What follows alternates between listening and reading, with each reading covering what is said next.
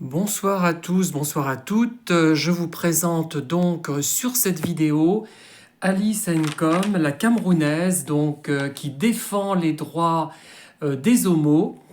Alors, elle est née en 1945. C'est une avocate camerounaise impliquée principalement dans la défense des droits des personnes LGBT.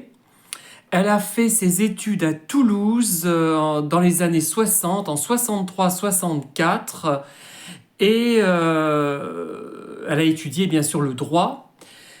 Ensuite, elle a terminé au Cameroun sa formation en 68 et en 69, elle est devenue la première femme avocate du pays, la première femme avocate du Cameroun, euh, fonction donc qui était réservée aux hommes et particulièrement aux hommes blancs. Elle ouvre ensuite un cabinet à Douala et elle s'occupe tout d'abord des personnes victimes de violences policières et de discrimination.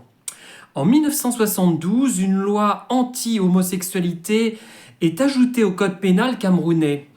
Et là, ça la décide à défendre cette cause. Elle devient donc l'avocate des homos condamnés par la justice. En 2003, d'ailleurs, elle fonde une association qui vise à défendre les publics homos. En 2005, elle défend 11 jeunes homos emprisonnés. En 2013, elle obtient l'acquittement de 2 jeunes homos également. En 2011, elle défend un étudiant condamné à 3 ans de prison.